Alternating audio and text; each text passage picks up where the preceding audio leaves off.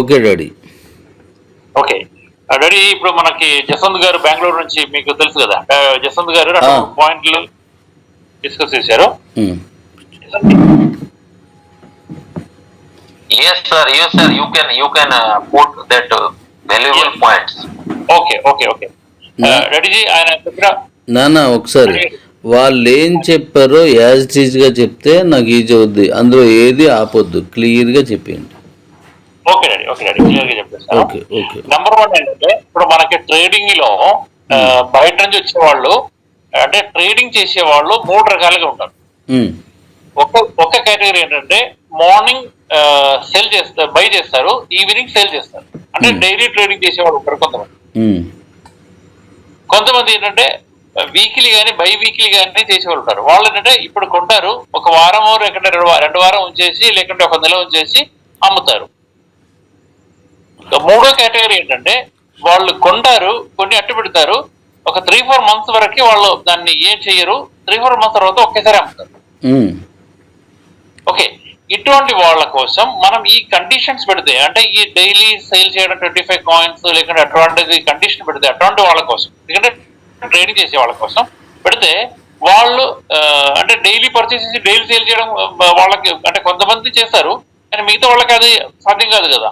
వాళ్ళు ఏంటంటే ఈ రోజు కొంత కొంటారు, రేపు కొంత కొంటారు, ఎల్లుండి కొంత కొంటారు, మొత్తం ఒక నెల 2 నెలల్లో వాళ్ళు 1 లక్ష కాయిన్ కొన్నారు, ఒక 3-4 మంత్స్ వరకు అది ఉంచారు. ఉంచిన తర్వాత వాళ్ళు అది ఒకేసారి ప్రాఫిట్ బుక్ చేయడానికి ట్రై చేస్తే, మనకి ఈ కండిషన్ పెడితే వాళ్ళకు వాళ్ళ ఒప్పుకోరు కాబట్టి వాళ్ళు ముందుకు రావడానికి భయపడుతున్నారు, లేకపోతే ఇష్టపడట్లేదు అని ఆయన ఒక పాయింట్ అన్నమాట. ఓకే, నేను చెప్తాను. దానికోసం ఆయన ఇచ్చిన సజెషన్స్ నేను చెప్తాను వినండి. ఆ తర్వాత మళ్ళీ దాన్ని ఎలాగో మాట్లాడదురు. కానీ అప్పుడు ఏం చేస్తామంటే, మనం బీసీటీలో ఒక మార్పు తీసుకొస్తాం. బీసీటీలో కొనుక్కొని అమ్మే వాటికి కండిషన్ ఇలాగే 25 లేదా అంతకంటే ఎక్కువ పెడతాం. మన తాలూకు అకౌంట్స్ నుంచి తీసుకొచ్చి పెట్టే వాటికి మాత్రం ఆ కండిషన్ వర్తిస్తుంది. ఇప్పుడు మీరు కాయిన్స్ పెట్టేటప్పుడు నేను చెప్పిన కండిషన్స్ ఉంటాయి. బీసీటీలో పర్చేజ్డ్ వ్యాలెట్ అని ఇంకోటి ఇస్తాం మనం, కాయిన్ వ్యాలెట్. దాంట్లోకి వచ్చేసరికి లిమిట్ తీస్తాం.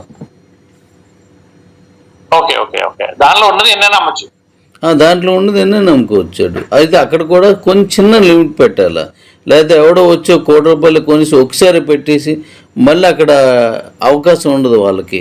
ఒక 25 ఉంది, కొన్నాళ్ళు 25 ఉంచండి, ట్రేడర్ సంఖ్య పెరుగుతుంది. లేదా లాభాలు వస్తున్నప్పుడు ఒకడే వచ్చి 1 కోటి 2 కోట్ల రూపాయలు కొనేసి మొత్తం కాయిన్స్ అన్నీ అమ్మేస్తే వాడికి ఒక 1/2 కోటి మిగులుతుంది అనుకోండి. వాళ్ళు పెరిగిపోతే ఇప్పుడు ట్రేడర్స్ సంఖ్య తగ్గిపోద్ది, పాల్గొనే వాళ్ళ సంఖ్య. అప్పుడు అక్కడ కొంచెం లిమిట్ చేస్తాం. అదే మనం నెక్స్ట్ ఎక్స్చేంజ్ బీసీటీ 2లోకి వెళ్ళాం అనుకో, ఉదాహరణకి, దాని పేరు ఇంకా పెట్టలేదు.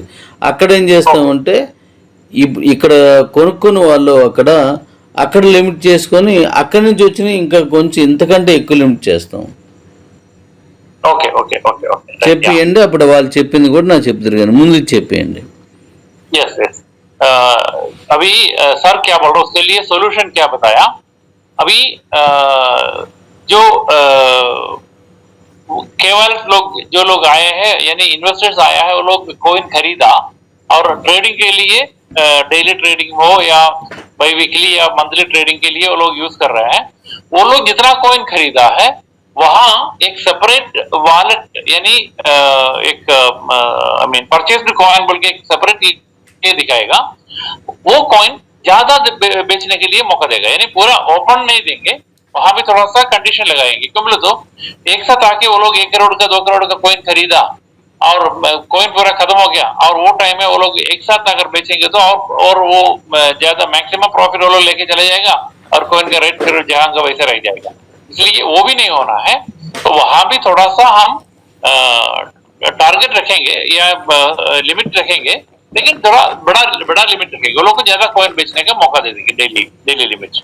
और सेकंड ये क्या है, हमारा BCT2 अभी उसके लिए अभी नाम नहीं रखा है, तो हम BCT2 पकड़ के चलेंगे, यानी नया एक्सचेंज जो आ रहा है वहां इससे ज्यादा दे देंगे। यानी इधर अगर मान के चलो हम 1000 कॉइन का या 500 कॉइन का लिमिट रखा है, तो वहां उसे डबल दे सकता है, तो वहां कॉइन आई मीन ज्यादा बेचने का मौका मिल जाएगा।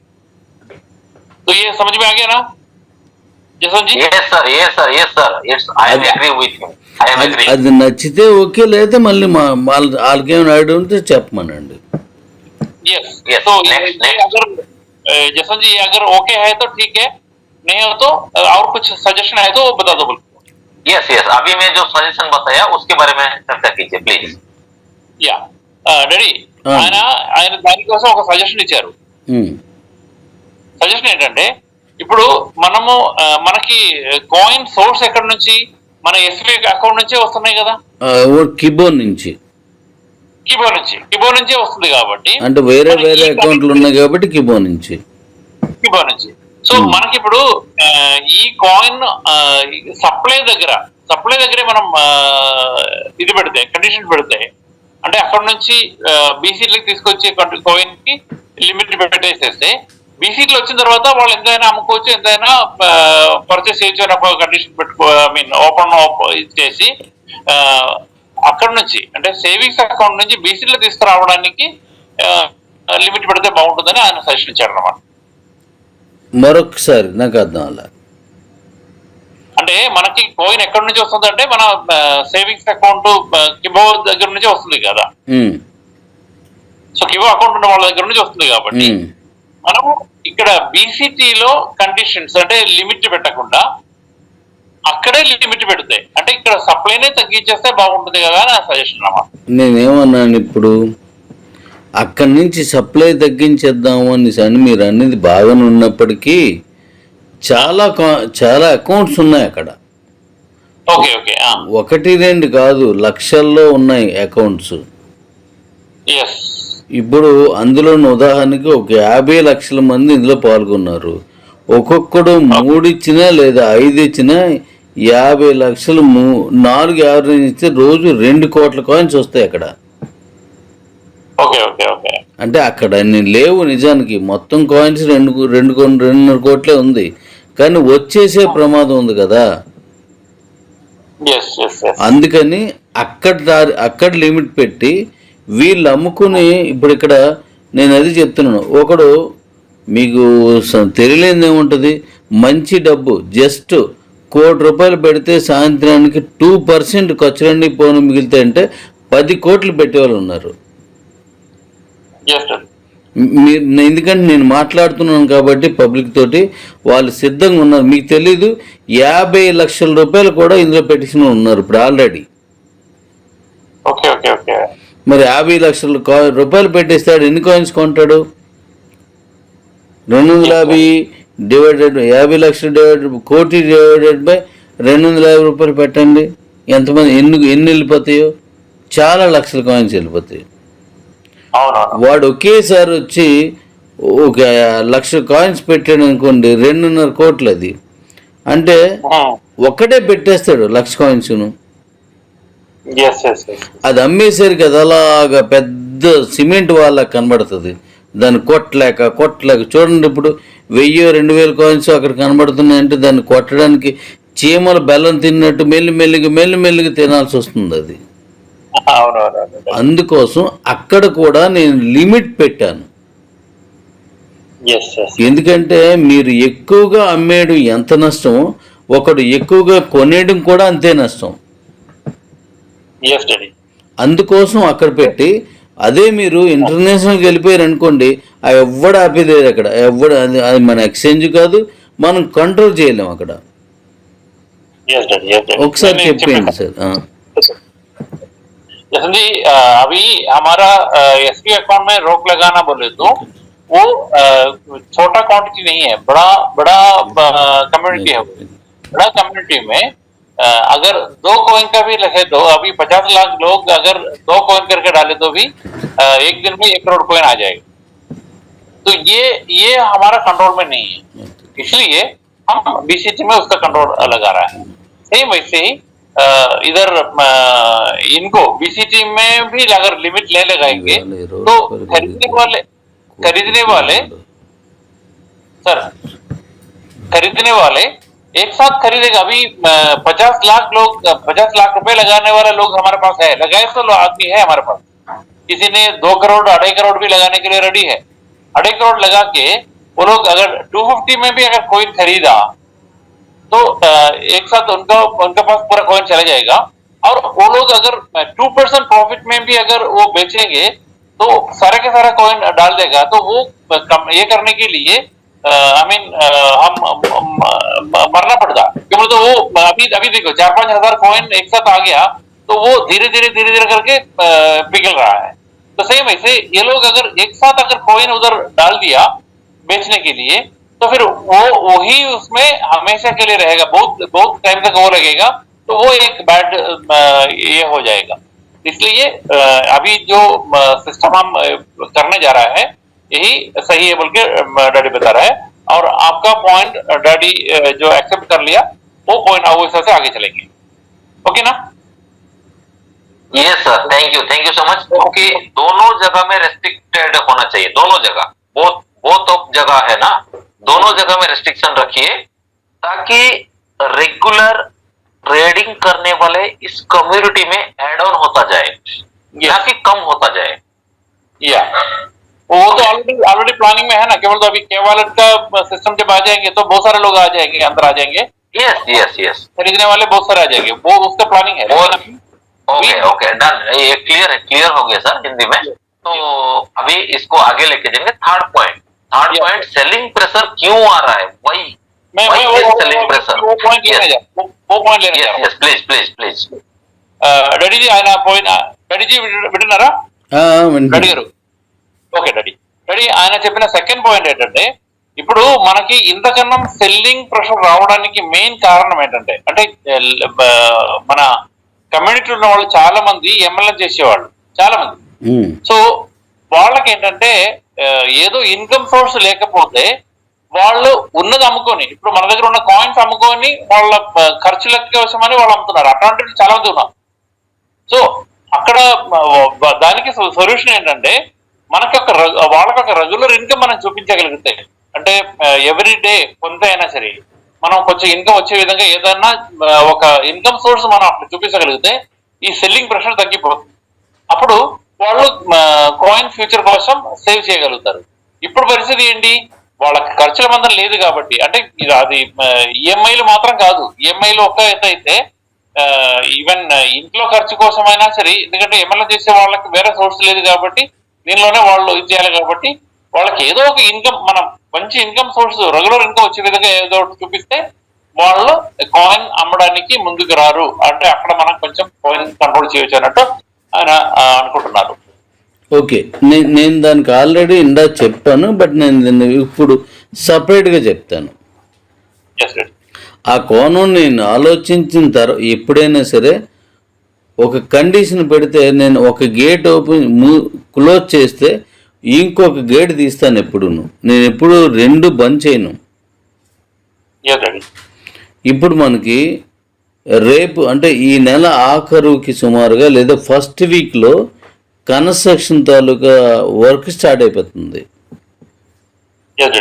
దాని మీద ఒక ఫ్లాట్ అమ్మిన వాళ్ళకి లక్షల్లో ఆదాయం అంటే ₹1,00,000 ఆదాయం వచ్చిన 25 లెవెల్స్ వాళ్ళకి కూడా వేలల్లో ఇన్కమ్ వచ్చేటట్టు పెట్టాను. అది పూర్తిగా వినండి.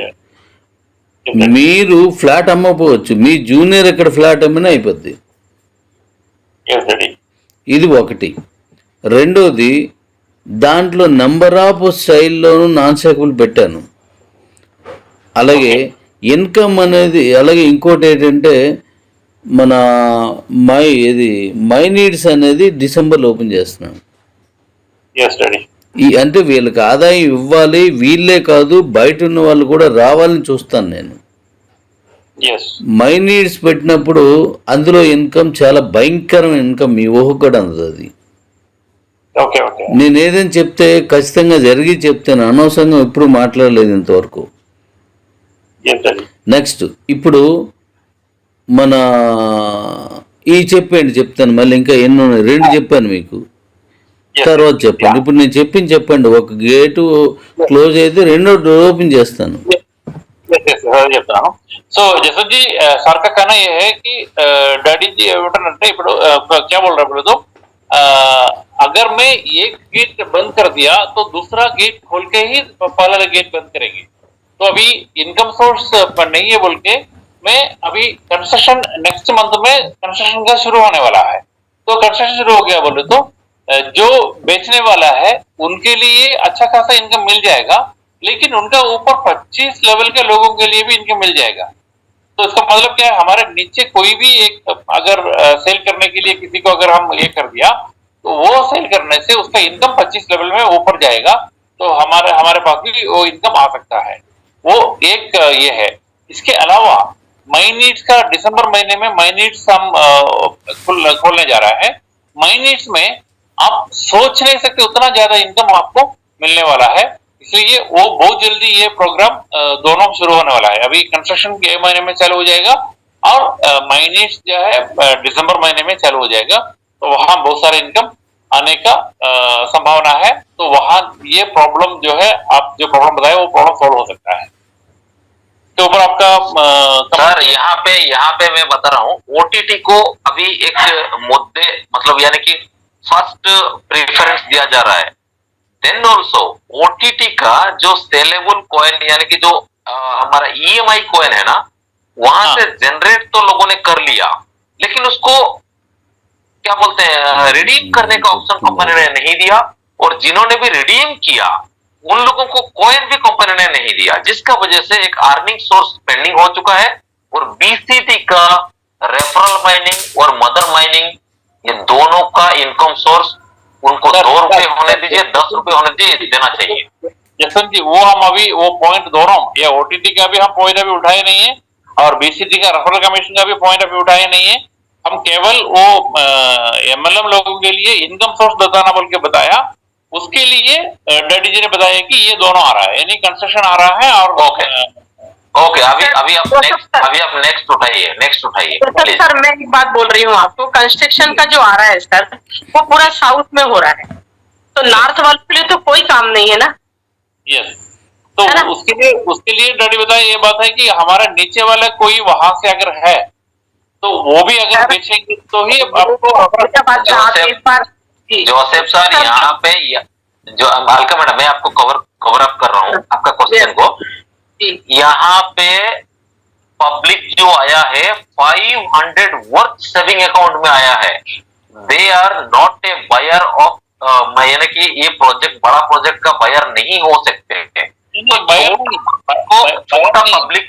छोटा पब्लिक को सेव करने के लिए पहला रास्ता ढूंढिए, ना कि बड़ा यानी कि इन्वेस्टमेंट या बड़ा जगह में सपना दिखाने का ये रास्ता दिखाइए। पहले छोटा प्रोजेक्ट से ही बड़ा प्रोजेक्ट को कवर अप कीजिए। या तो वो बता दो రెడ్డి జీ, అల్కా మేడం కానీ లేకపోతే జస్వంత్ గారు చెప్పడం ఏంటంటే, ఇప్పుడు కన్స్ట్రక్షన్స్ ఇవన్నీ సౌత్ లో అంటే ఇక్కడ మనకి ఆంధ్ర అక్కడ ఏరియాలో జరగచ్చు, కానీ మిగతా వాళ్ళకి ఆ ఆప్షన్స్ లేదు. అదొక పాయింట్. అయితే ఇది పెద్ద అమౌంట్ కాకుండా చిన్న ఇదైతే అందరూ చేయగలుగుతారు అన్నట్టు. అంటే ఇప్పుడు కన్స్ట్రక్షన్ అన్నది పెద్ద ఇన్వెస్ట్మెంట్ తో కూడిన పని.